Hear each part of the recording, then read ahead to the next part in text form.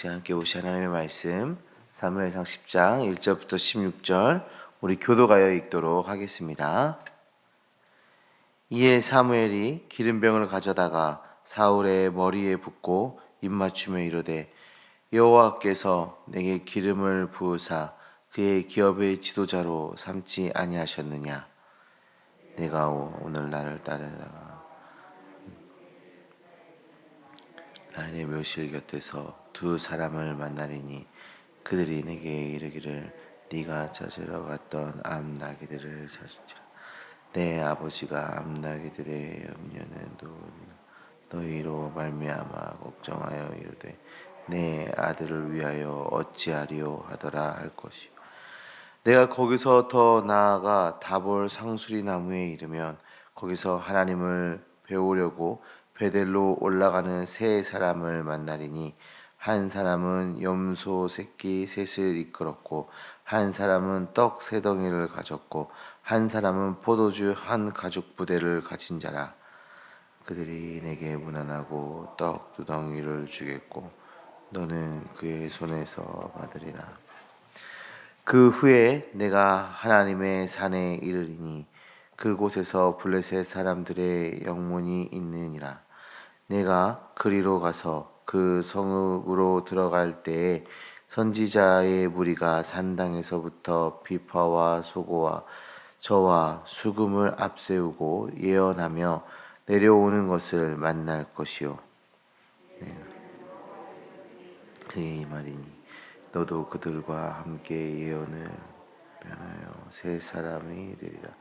이 징조가 내게 임하거든 너는 기회를 따라 행하라.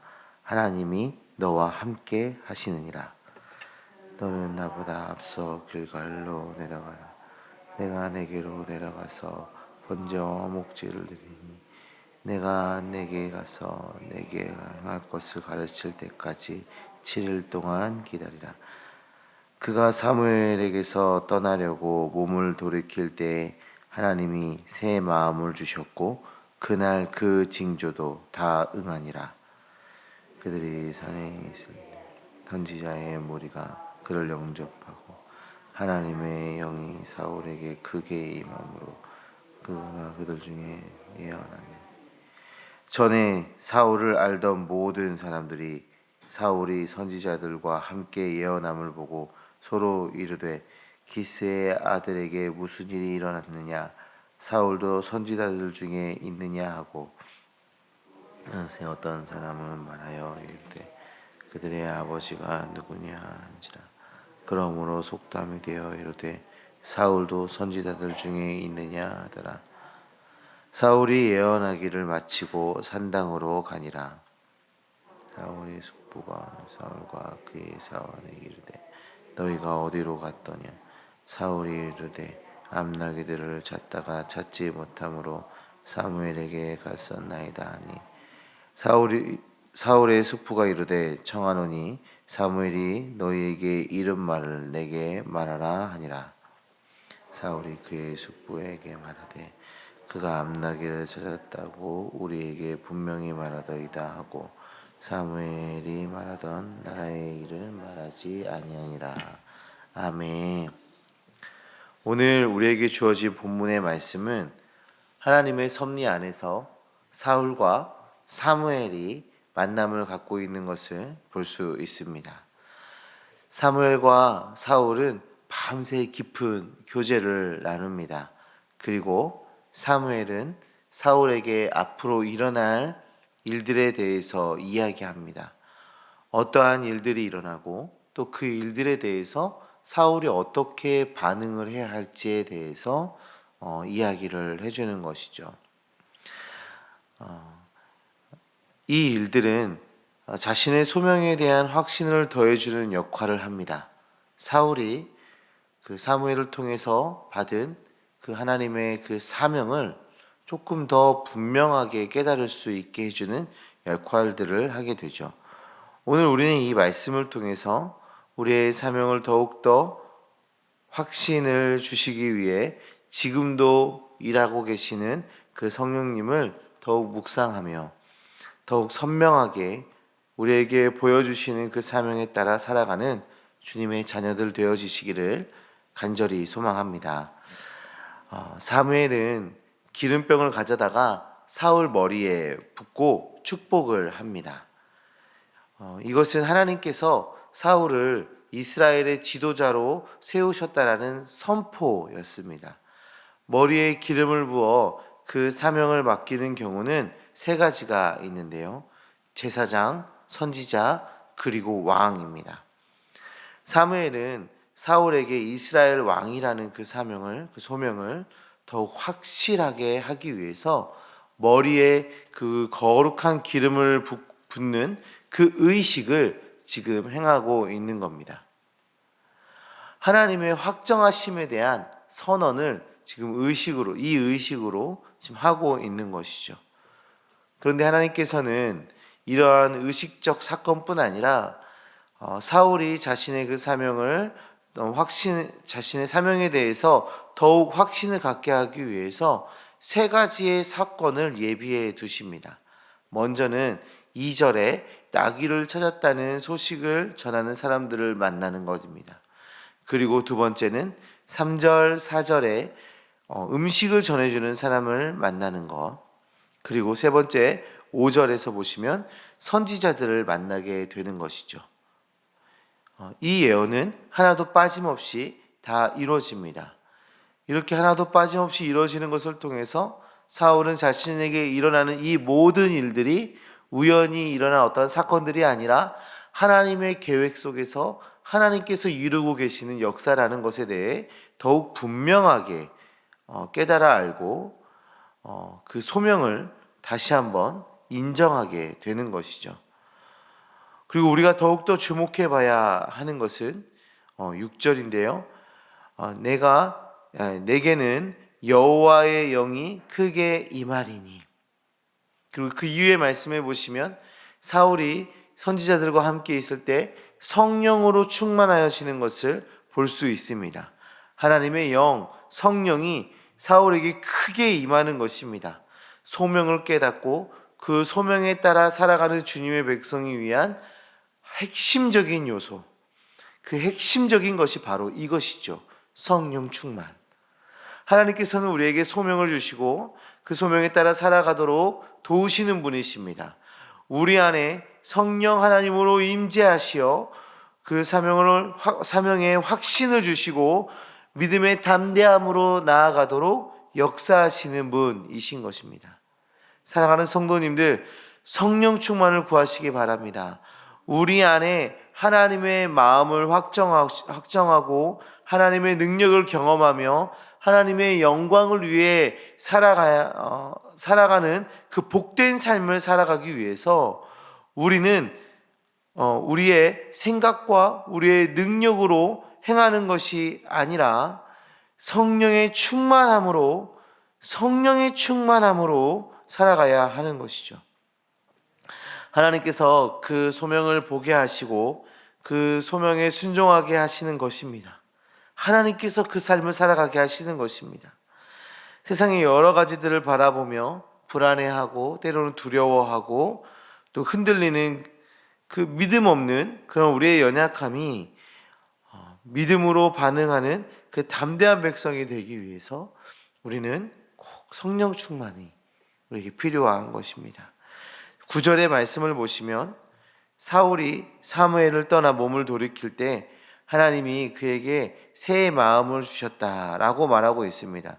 여기에 나오는 이 새 마음을 주셨다는 원문의 그 직역을 보게 되면 그의 마음을 바꾸셨다 또는 그의 마음을 변화시키셨다라는 의미를 가지고 있습니다. 다시 말하면 하나님께서 사울의 마음과 그 생각을 바꾸시는데 그 생각과 그 마음이 방향이 전환되는 것이 아니라 완전히 그 형질 자체가 변화되어지는 것을 이야기하는 겁니다.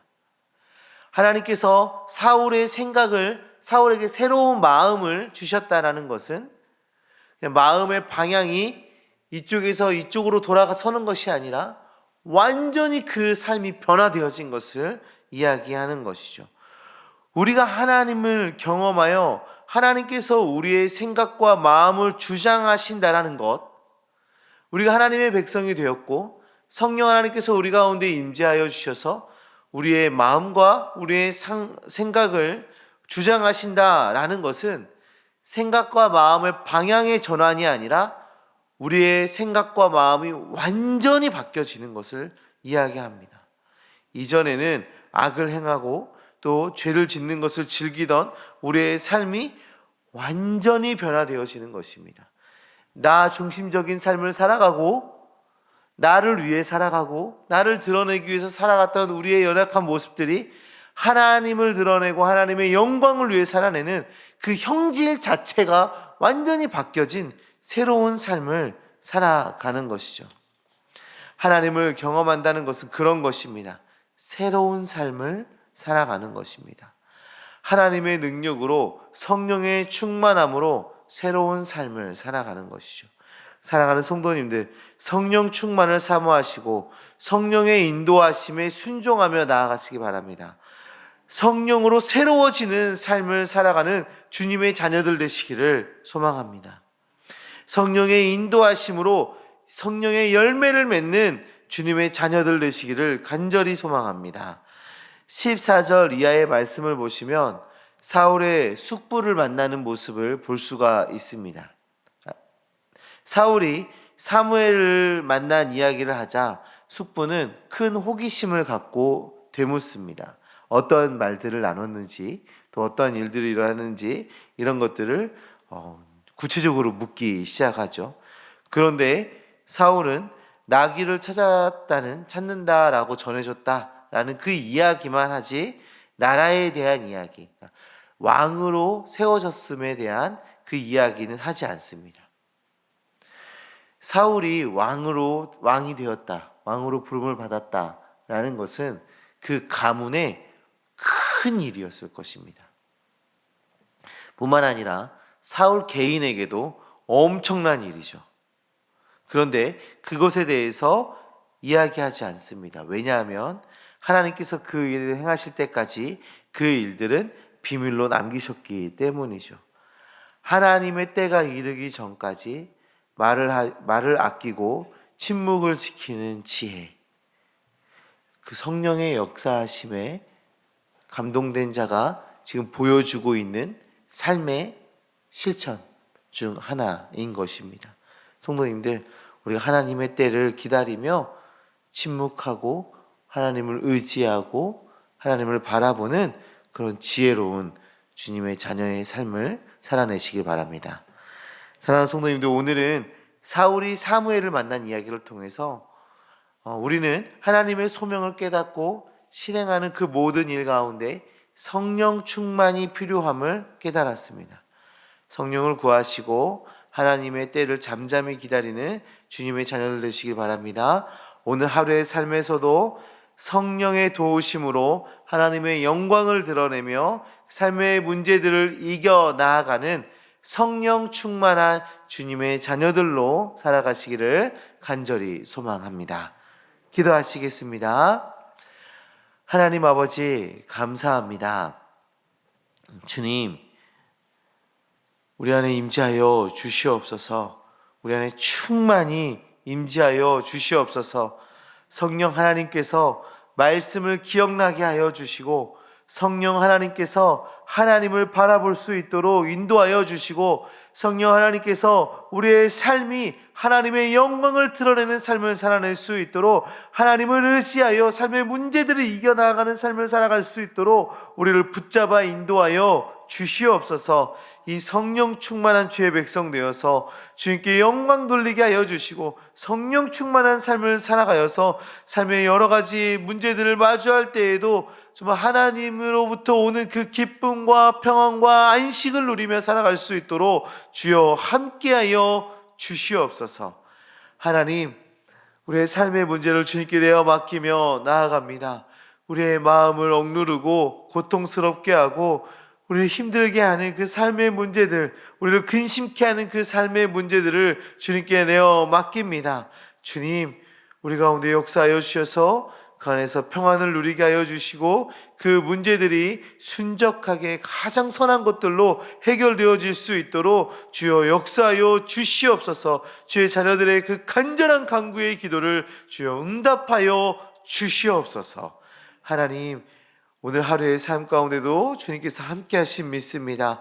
어떠한 사고도 다침도 아픔도 근심도 없고 주님으로부터 오는 그 기쁨의 삶을 오늘 하루 살아낼 수 있도록 주님 함께하여 주시옵소서. 역사하신 믿습니다. 예수 그리스도의 이름으로 기도합니다. 아멘.